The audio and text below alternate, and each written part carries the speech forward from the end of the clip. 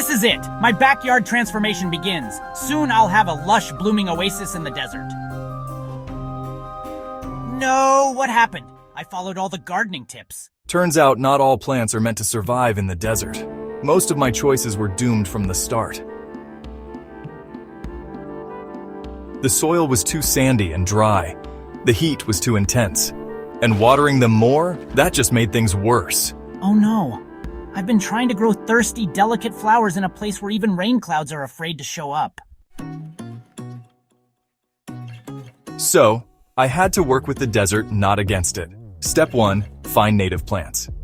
Desert plants don't need daily watering. They thrive on less. Step 2, fix the soil. Forget regular fertilizer. Desert soil needs compost and mulch to hold moisture. Step 3, attract the right pollinators. Bees and butterflies love native plants. That means I get flowers and visitors. I did it. It's alive.